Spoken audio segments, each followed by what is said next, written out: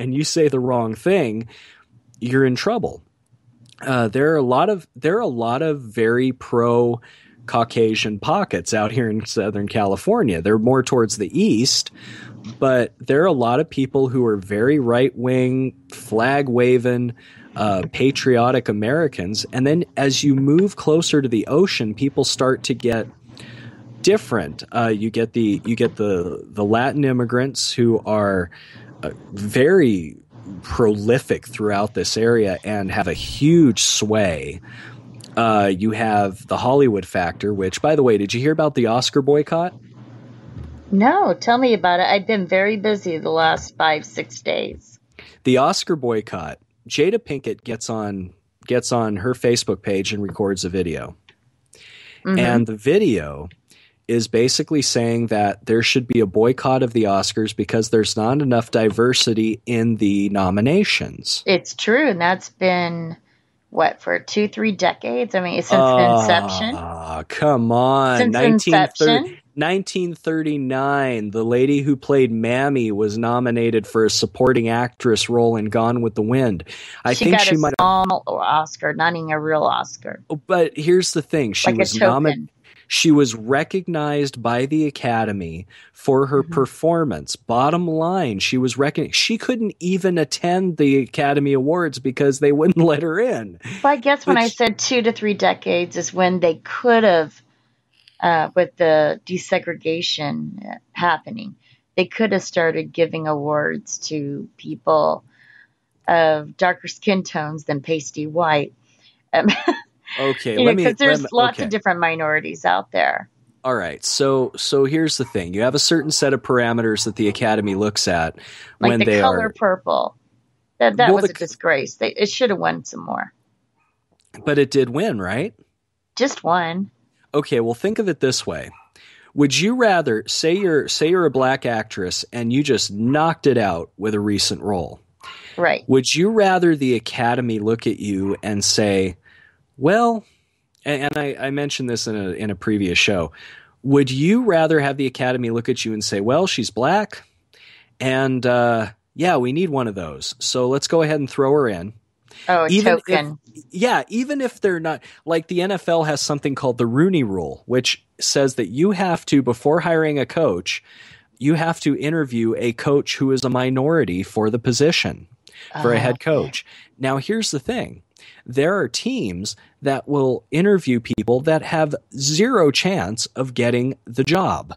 Zero. Not because of their skin color, but because they're not experienced enough, but because of several other factors. But they do that to meet the quota. I think that is more unfair than having a group of pasty white actors be nominated for the Best Picture of the Year. I think it's a disservice to African Americans to have their role be thought of as, well, we have to throw one in there, and then what? Well, we have to throw an Asian actor in there. Well, we have to throw a Latino actor in there, and overall, the talent pool will get less and less and less, and the same people who were nominated before or who were going to win anyway for their performance will win, but those actors that were that are by no fault of their own white, who had great performances,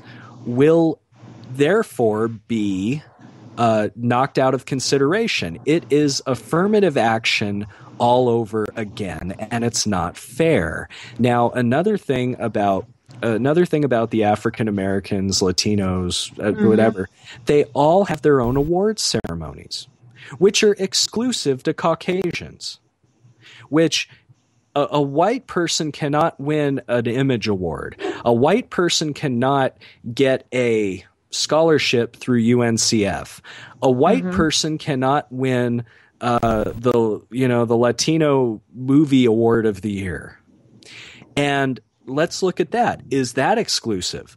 Looking at everything even-handedly, is that exclusive? Is that segregation? Yes. So, bottom line, it could be thought that these people who are calling for a boycott and saying that this is unfair not only want their own show or their own award, but they want to take over the awards of others. And that's what drives me nuts about Well, diversity sometimes. Alan, Yes. Alan, Yes. when white people can benefit from racism, then they would be entitled to their white only show. But until we can benefit from the structure of racism, Oh, well, it's already happening. There are lawsuits out there. Now, will they be thrown out? I don't know. But there are lawsuits out there, numerous, that are saying white children are not getting into schools because schools feel they I have to meet a quota. misspoke. I misspoke. The way I wanted to say that is they have their award shows for their minority groups, whatever the minority group might be. We will never be a minority group until the Latinos take us over. Oh, you don't think it's already happened? A black person, a Latino person, they cannot benefit from racism. That's what I meant to say. That until they can benefit from racism, I think the Oscars should be all inclusive and it should be based on the merit of their performance. But it is the aging judges that are in the academy that are the problem. They need to replace the judges. Okay, and that is something for the president of the academy, who is black, to do. She did not fit black and a woman. I mean, you can't get more diverse than that. Maybe she hates her race. Maybe she does. She put out a statement, apologizing all over herself. Just a snively, whiny statement about how she is so sorry and we need to reevaluate these things. She got a little heat on her stove, so she, jumped and did what they wanted her to do. But probably greedy. She's probably just greedy. Well, until I know more, I can't really comment further. Yeah, I know you have some things to do. You've been on for about 26 minutes. And I just wanted to have a short little show just to give them something to chew on. I think there's some other shows going on right now. Okay, I have to go to the hospital tomorrow. So.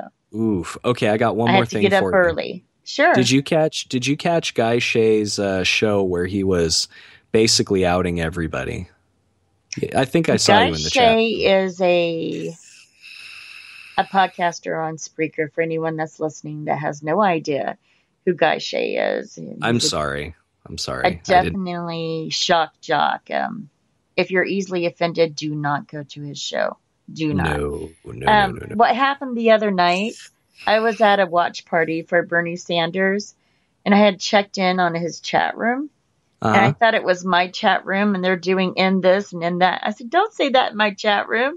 And I thought it was my chat.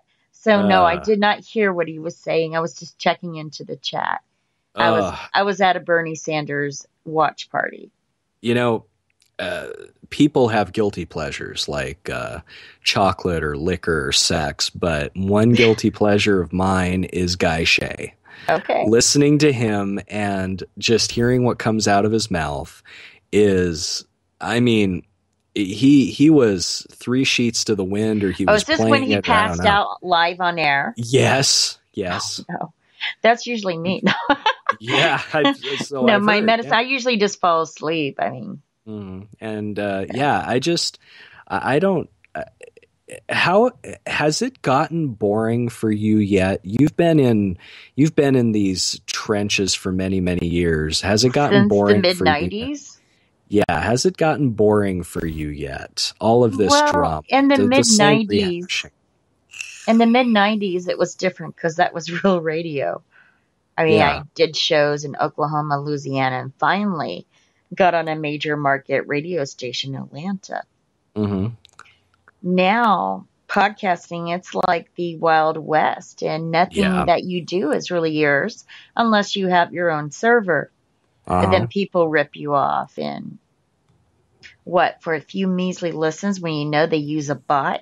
And a bot is something they do to inflate their listens, their numbers. Yeah, true. Mm-hmm. And I'm not doing it for that reason, for the listens. And if I can affect change, then that's well and good. I do this because I love it. Yeah, same here. That's the way I do it. And I've been podcasting, but I've been under the radar quite a bit. So, I've And only like the been. last week, I've stayed away from the drama, and I want now that I can get calls through Skype. There's no need to talk about any other podcaster other than myself. Correct. That's right. And there's just to talk about content and where do we go from here on different issues. Absolutely we had a Martin right. Luther King parade that I was able to do a podcast from. Oh, yeah. With our group. I don't know what cool. the audio sounded like. I'm sure it was garbled. That's okay. I'm getting better at it, but the phone thing is a hard one to do. Yeah, I was that's able true. to walk around and ask people, and say Happy Martin Luther King Day. Mm-hmm. It was great. I loved it. That's cool. That is cool. We had a celebration out here as well, and my daughter even brought home a little booklet that they had her color that talked about Martin Luther King and peace and everything, and it was really nice to see. So, all right. Well, thank you for having me on. Well, thank you for coming on. I appreciate it. I didn't want to take up all your time tonight because I know you got to get your sleep too. Yes, absolutely. You have yourself a good evening. Good luck at the doctors. Thanks. All right. Bye-bye. All right. That was Alan Wayne. He has a podcast on Spreaker. Honestly, he's changed the name so many times, I couldn't tell you what it is right now. But I'm at the end. I have a lot to do tomorrow. And hopefully I will have another call-in show with a staff member of the Bernie Sanders campaign in Oklahoma. I'll try to find anybody that can call in from Bernie Sanders. And maybe we'll get some more people. I think this is good. I think this is good to let you know what the candidates are about. So I thank you for listening. And until next time, I think I'll play another Tom Waits song. I think I got one more. See if I can scroll this up one more time. Oh no. I guess we'll play Heart Attack and Vine. It's really cool. Thanks for listening. After the song ends, so will the show. If you want to call in next time, my Skype is Vaccine Truth News. Add me on Skype and you can call in and talk about politics, or if there's another issue that you're passionate about. Would love to talk about it with you. Here we go. This is really cool. La la, with your pants on fire. I'll spin a hand on the telephone. Cameras real about you with a long and total line. Never recognize yourself for heart attack. God, Lord, you beg for man and feet.